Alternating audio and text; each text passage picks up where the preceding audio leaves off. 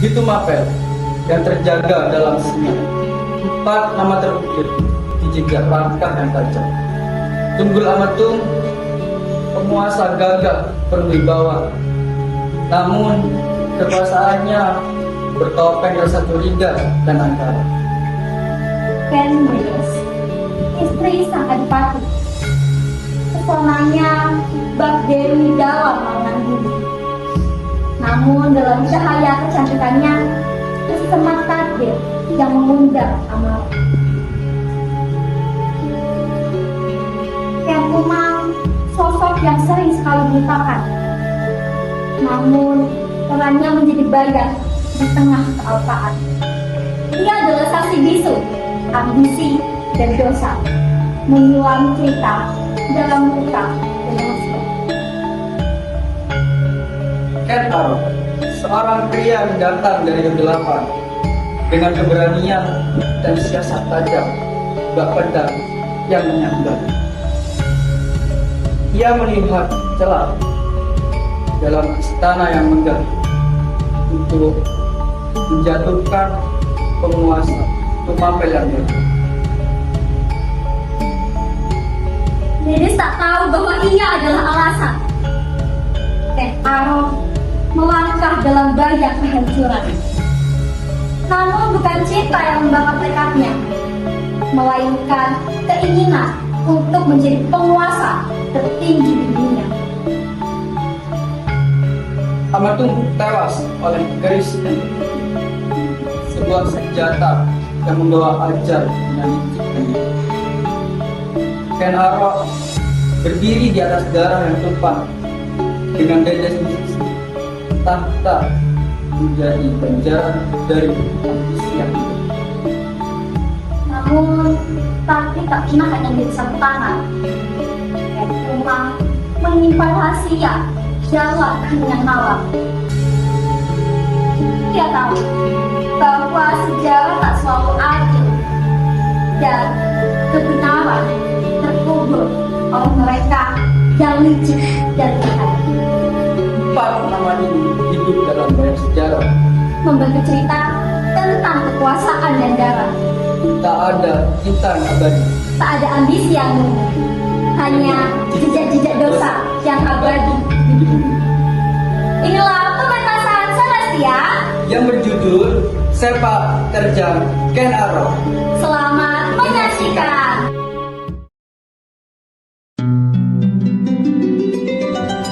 Ratusan tahun yang lalu, di kerajaan Kediri, tepatnya daerah Tumapel, hiduplah seorang pria muda yang gagah, tampan, berani, namun licik. Ken Arok namanya, perampok terhebat di Tumapel. Beli-beli buah sayurnya. Dibeli Bu, buahnya sayurnya. Beli-beli. Mas, Mbak, sayurnya. ayo beli jamunya. Berapa? Mau apel yang mana? Yang enak aja yang mana? Ini apelnya. Saya sayur yang ini ya satu ya. Duh. Jamu. Iya, Ayo Mbak, makasih ya. Mas, beli jamunya.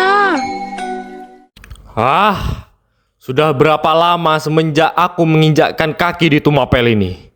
Koin emas macam tak ada harganya. Salam Maha Guru. Sampai kapan kau mau melakukan ini? Jangan pikir aku tak tahu apa yang kau lakukan selama ini. Maafkan saya Maha Guru. Sesungguhnya saya pun telah jenuh. Jikalau kau mau berubah, ada tempat yang lebih baik untukmu. Aku dengar sang aku sedang mencari pengawal. Mengabdilah. Maka Arok mengikuti perintah gurunya. Segera ia pulang untuk berkemas, memberikan hasil curian terakhir. Kini Arok berpamitan dengan istrinya, Umang. Di sudut lain, sang aku Tunggul Ametung sedang menyusun rencana bersama prajurit-prajuritnya untuk memperistri seorang gadis bernama Ken Dedes.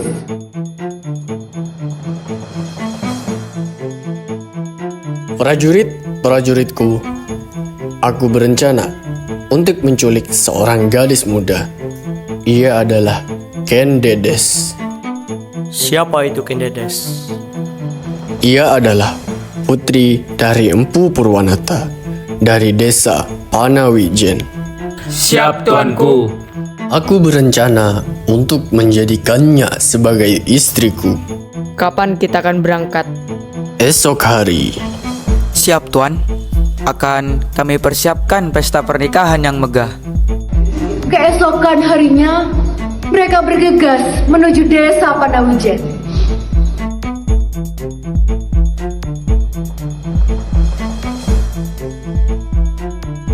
Ada perlu apa kalian kemari?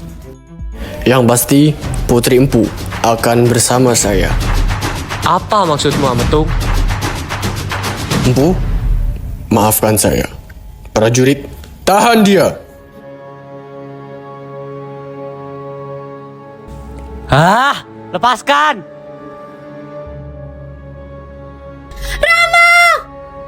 Sedang apa kalian di rumahku? Oh, Ken Dedesku, kau begitu menawan. Kau sangat sempurna. Kau cantik dan elegan. Menikahlah denganku. Pujianmu sungguh manis, tapi tidak terima kasih. Jadi, kau berani mempertaruhkan kepala romomu itu? Tolong tuan, jangan. Lebih baik kau membunuhku, tapi tidak dengan romoku. Baiklah, kuberi dua pilihan. Menikah denganku, atau kuhabisi romomu itu. Baik tuan, saya bersedia.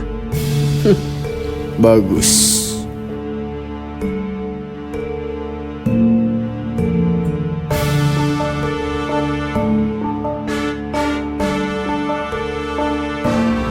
Hah? Lepaskan! Maafkan kami, Empu. Kami hanya menjalankan tugas. Empu Purwanata diterpa Kalu. Ia mencari Ken Dedes ke seluruh desa. Putriku. Ya Tuhan, lindungilah putri kecil hamba. Ya opo sih pak, anakku loh dijogo. Ya ndak ngerti bu, aku setas balik saka sawah. Sepedane anake lho ono ning pinggir dalan, kok ora digoleki sih pak. Ya wis bu, tak golekane dhisik anake. Misina, apakah engkau mengetahui keberadaan anakku? Maaf empu, apakah maksudnya Ken Dedes? Ya, Ken Dedes.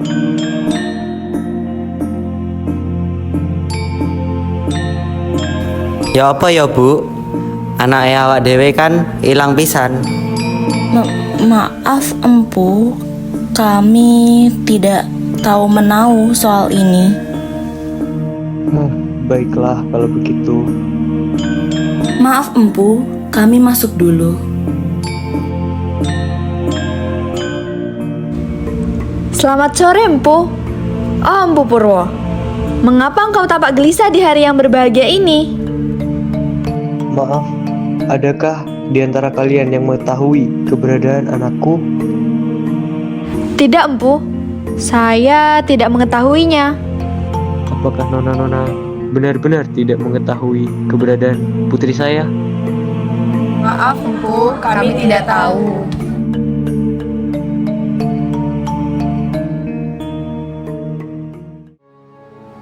Semoga engkau yang melarikan anakku tidak akan selamanya mengenyam kenikmatan.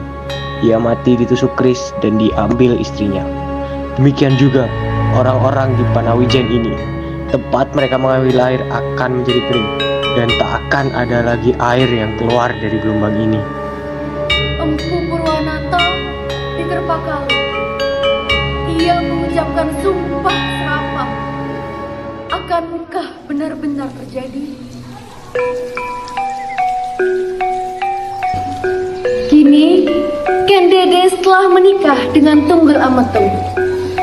Hari itu, Sang Akuwu mengajak para meswarinya untuk piknik di Bogoji. Tentu saja dikawal oleh para prajurit beserta Arok, pengawal barunya. Tanpa disengaja, Arok melihat Kendedes bercahaya menyilaukan matanya. Hal yang sangat aneh dan mengandung misteri. Arok memutuskan untuk menceritakan kejadian ini kepada gurunya. Ini adalah pertanda, Cah Bagus. Raja-raja tanah Jawa akan lahir dari rahimnya kelak. Mendengar hal itu, Arok mulai berpikir untuk memiliki Kendedes.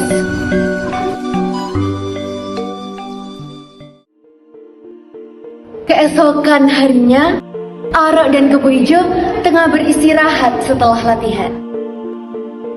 Hei Arok, kamu punya senjata apa untuk melindungi Doro Ratu?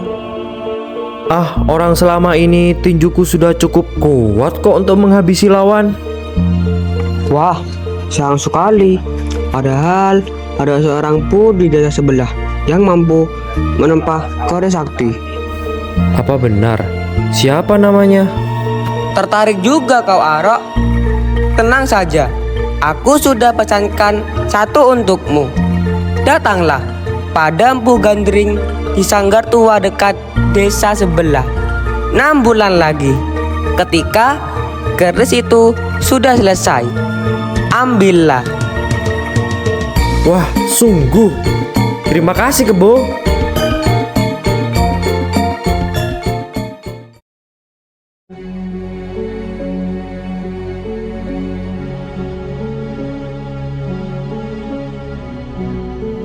Permisi Nona, bisa saya tahu kemana arah Sanggar Empu Gandring? Di ujung sana Tuan, tepat sebelah kiri pendopo. Ada perlu apa hingga Tuan ingin pergi ke sana? Saya utusan dari Istana Tumapel. Ada tugas yang harus dilakukan.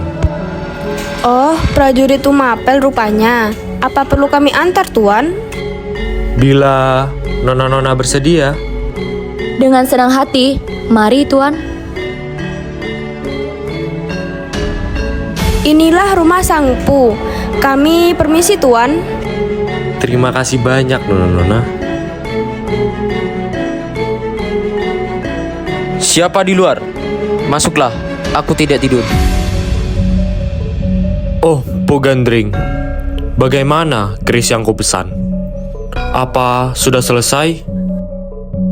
Keris yang dipesan oleh pemuda berbadan hijau itu maksudmu?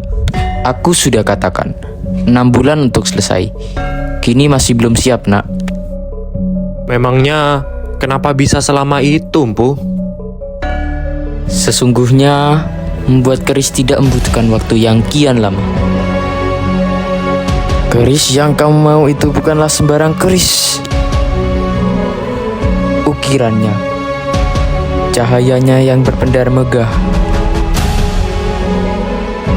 Andai engkau sanggup menunggu sebentar saja, aku akan membuatkan hulu keris yang sesuai dengan nilai keris ini. Maafkan saya, Empu. Saya bisa memahami andai keris itu masih belum siap sepenuhnya. Tapi, mohon biarkan saya menerimanya. Sungguh aku tidak mau mempertaruhkan kualitas untuk ketidaksabaran. Tapi baik kalau kamu mau menerima apa adanya. Apa aku boleh mencobanya? Tentu saja, bawalah. Baiklah, aku akan mencobanya padamu. Berdebah! Kau akan mati di tangan keris itu. Setelahnya, keris itu akan minta 7 nyawa keturunanmu. Maafkan saya, Empu. Tidak apa-apa. Mungkin memang saatnya aku kembali ke sisinya. Musnahkanlah keris itu agar tidak meminta korban. Ketahuilah, Empu, dengan keris itu aku akan membunuh Akuwu Tunggul Ametu. aku akan memperistrikan Dedes. Dan aku ingin menjadi seorang aku, bahkan seorang maharaja. Karena itu, sebelum nafsu itu membakar Tumapel, sebaiknya Empu membunuhku. Menghiraukan kutukanku Gandring, Arok mempertuan keris itu dan membawanya ke Tumapel.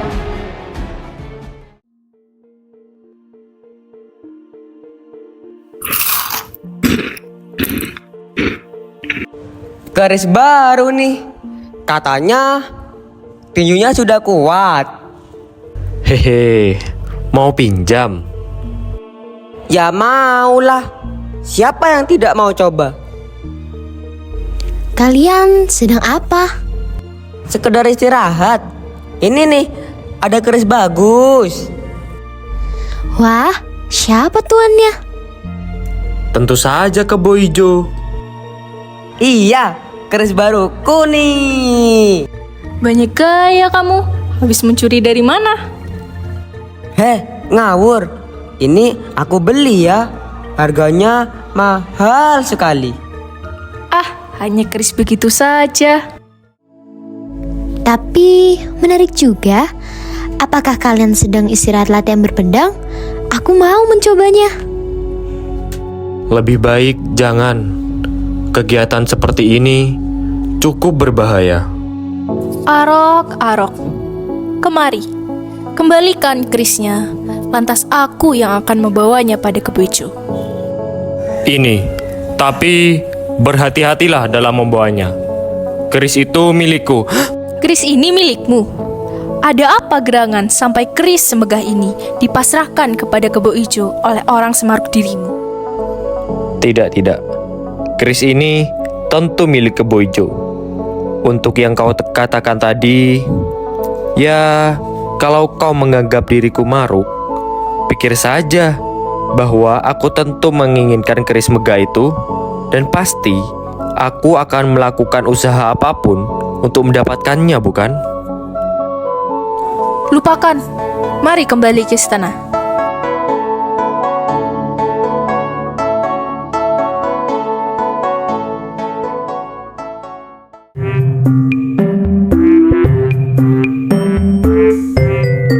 Lihat nih, keris sakti punya Kebo Ijo. Bu Ijo yang sombong kemudian memamerkan kerisnya kepada seluruh warga Tumapel.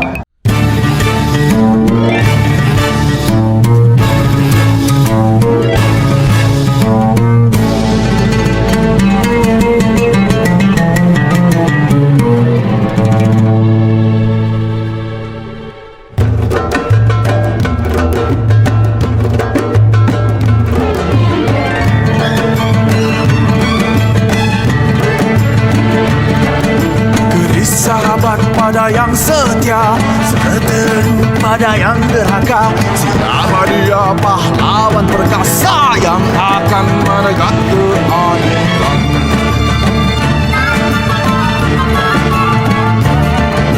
Tujuh petala langit seru namanya, tujuh petala bumi gerakannya.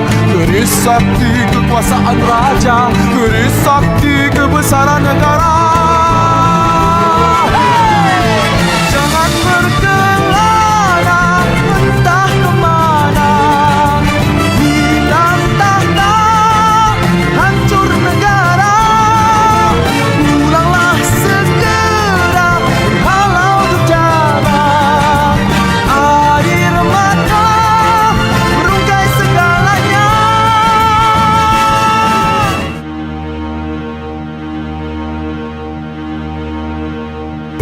Yang mulia, ada berita buruk. Apa?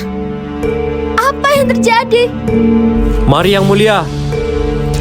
Kakanda! Prajurit, tolong! Lihat ini. Betapa bodohnya si pelaku meninggalkan senjatanya. Bukankah itu keris Kebo Ijo? Apa? Tangkap dia sekarang.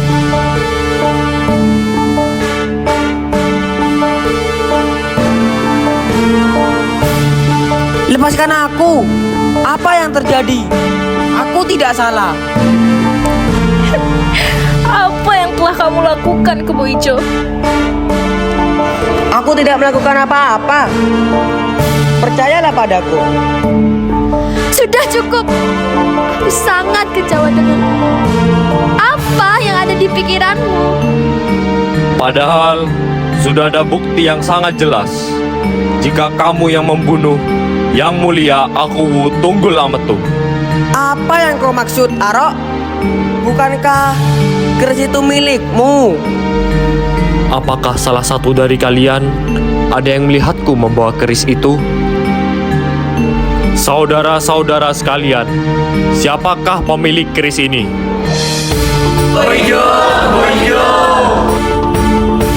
Kau lihat kan? Aku tak ada hubungannya dengan keris itu. Fitnah dari Arak sungguh kejam.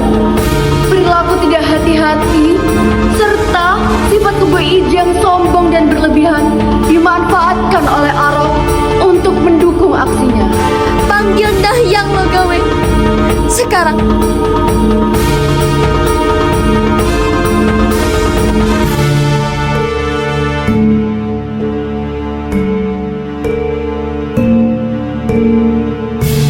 Apa yang sebenarnya terjadi di sini?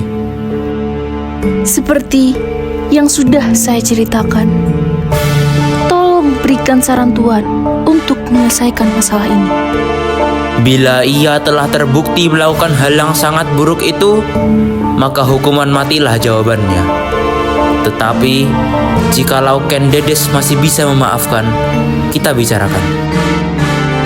Baiklah, jika begitu, kuputuskan kau untuk dihukum mati. Bagaimana bisa aku yang dikenal sebagai tangan kanan Tunggul Ametung mengkhianati tuanku sendiri? Hal itu sangat tidak mungkin. Akan kukatakan sekali lagi, ini semua adalah fitnah Aro. Tetapi bukti tak pernah berbohong. Dasar pengkhianat, kau lihat saja akibatnya. Sahabatku yang malang, nyawamu hanya sampai esok. Cukup, Aro. Jangan menambah masalah lagi.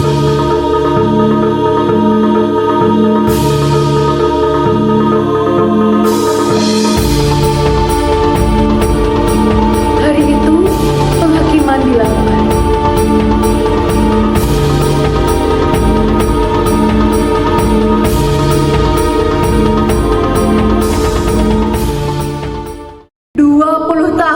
Sebagai Tunggul Ametung, pekerjaan pokoknya adalah melakukan perampasan terhadap semua terbaik milik rakyat. Kuda terbaik, emas terbaik, gadis tercantik. Maka rakyat Tumapel anggap inilah kemenangan.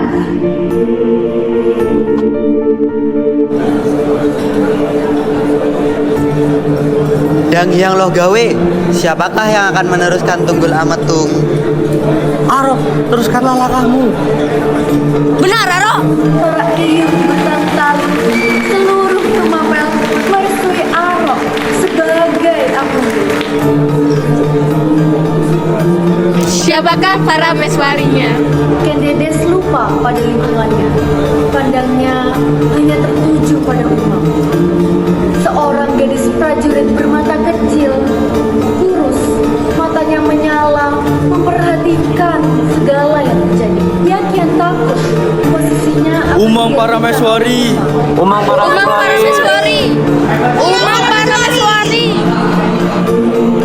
Harap tenang, harap tenang. Ken Dedes tengah mengandung putra mahkota dari Tunggul Ametung. Dahyang Logawe belum selesai bicara. Lihatlah, semua diatur secara terbuka. Aku ulangi, Ken Dedes tetap Parameswari Tumapel. Tentang Umang, istri Aro, dia juga Parameswari. Ia menyilakan Umang dan Ken Dedes tampil ke depan, dan ditarinya Aro berdiri di tengah-tengah. Aku, Dang Hyang Loh Gawe dengan petunjuk Hyang Mahadewa merestui kemenangan ini, kemenangan kita semua. Dan aku benarkan Arok, Ken Arok, sebagai orang pertama untuk seluruh Tumapel. Beri hormat pada aku baru kita.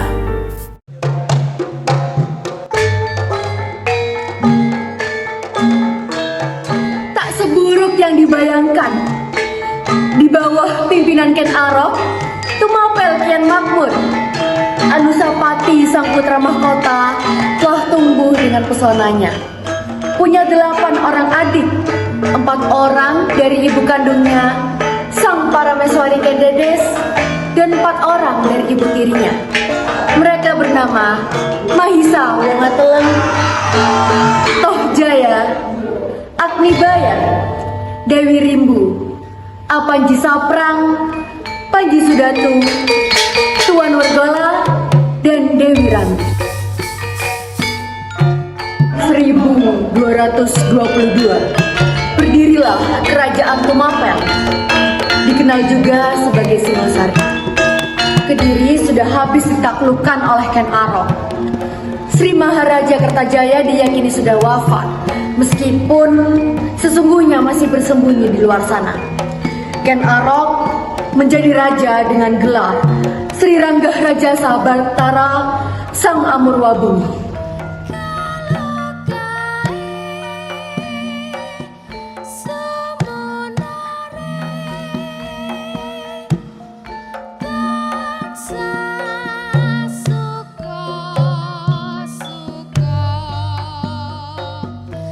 Dengarlah, aku berjanji, perbudakan tidak akan diadakan lagi. Aku lawan dan aku hapuskan. Dengan bantuan kalian semua, akan kutumpas kejahatan dalam bentuk dan cara apapun.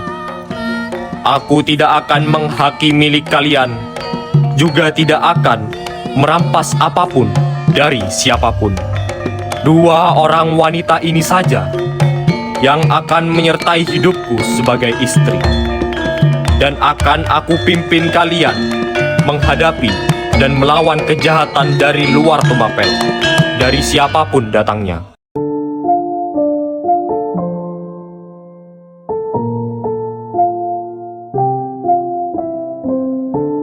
Kerajaan kita telah berkembang sangat pesat.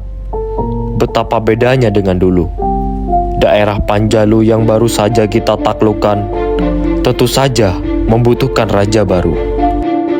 Ada apa, Romo? Apakah itu Kang Mas Mahisa Wongateleng? Bersemangatlah sedikit, putraku.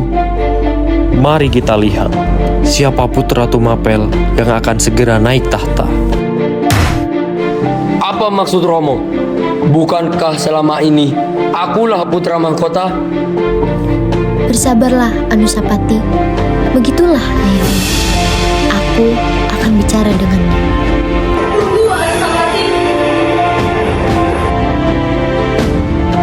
Di redupnya malam nan dingin itu, Anusapati mendengar semua pembicaraan Ken Arok dengan Ken Dedes. Apa? Ternyata selama ini aku bukan anak kandung Romo. Ayahku sebenarnya adalah Tunggul Amatung. Terdapat sebuah tradisi di dalam keluarga Ken Arok, bahwa Ken Arok, Ken Dedes, dan Ken Umang duduk berdekatan, sedangkan para anak duduk agak berjauhan. Maka meja makan selanjutnya pun berjalan demikian. Perihal masalah kemarin, Mahisa, kau akan kukirim ke Panjalu untuk memerintah di sana. Anusapati, kau akan kuangkat menjadi kepala keamanan seluruh Tumapel. Tentu, saat aku tiada, kau akan menjadi raja kerajaan ini. Baik, Romo. Aku akan mempersiapkan diri. Aku masih menunggu bagianku, Romo.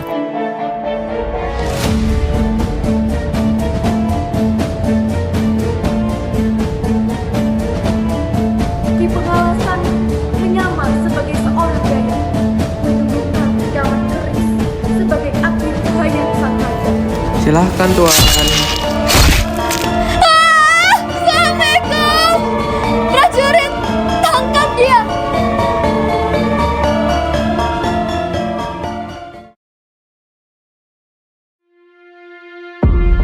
Kemana ia pergi?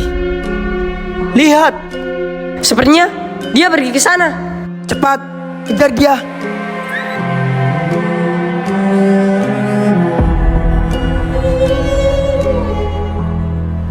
Tuan, setelah berhasil membunuh orang yang Tuan perintahkan. Kerja bagus.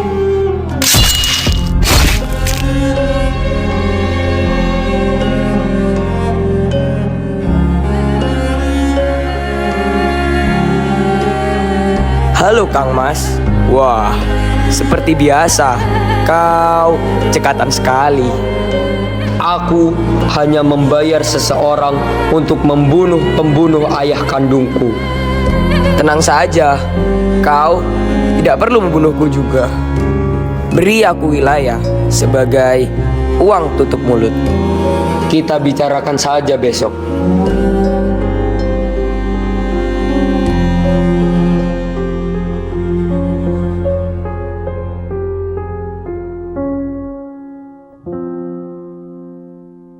Permisi, Yang Mulia. Ada apa, Umang? Mohon maaf apabila saya lancang, Yang Mulia. Apabila Yang Mulia mengizinkan, mohon izinkan saya melakukan upacara Pati Obong bersama Yang Mulia Prabu. Apa kau yakin akan apa yang akan kau perbuat, Umang? Pati Obong bukanlah sembarang upacara. Tentu saja saya yakin, Yang Mulia. Saya hanya menyerahkan seluruh hidup saya kepada Yang Mulia Prabu. Kini, apabila Sang Prabu telah tiada, hidup saya macam tak ada gunanya. Bagaimana dengan kerajaan ini yang akan kau tinggalkan, Umang? Dan bagaimana pula dengan 9 anak-anak kita di sini? Anak-anak sudah dewasa, Yang Mulia. Saya yakin bukan jadi masalah jika saya meninggalkan mereka. Keputusan ada di tanganmu, Umang. Terima kasih. Saya permisi, Yang Mulia.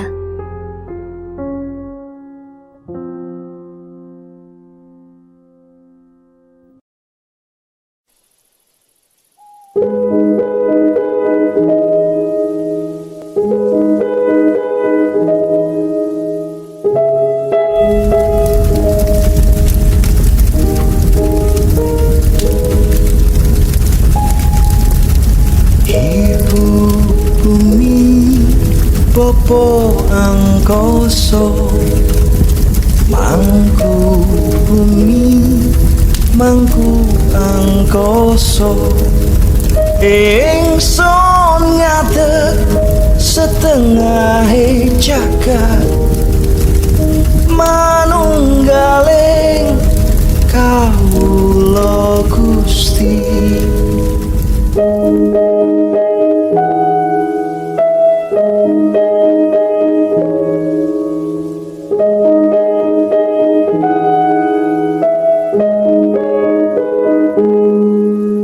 Maos mantra sajroning ati ngagem raos ingsun kang suci sirna ilang kabeh nafsuku manembahku ibu bumi.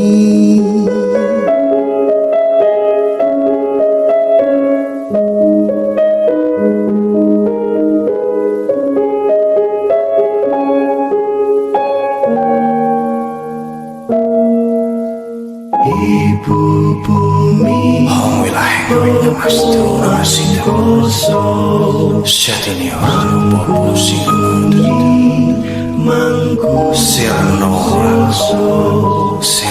ingsun setengah jagat urip manggali urip ingsun Gusti.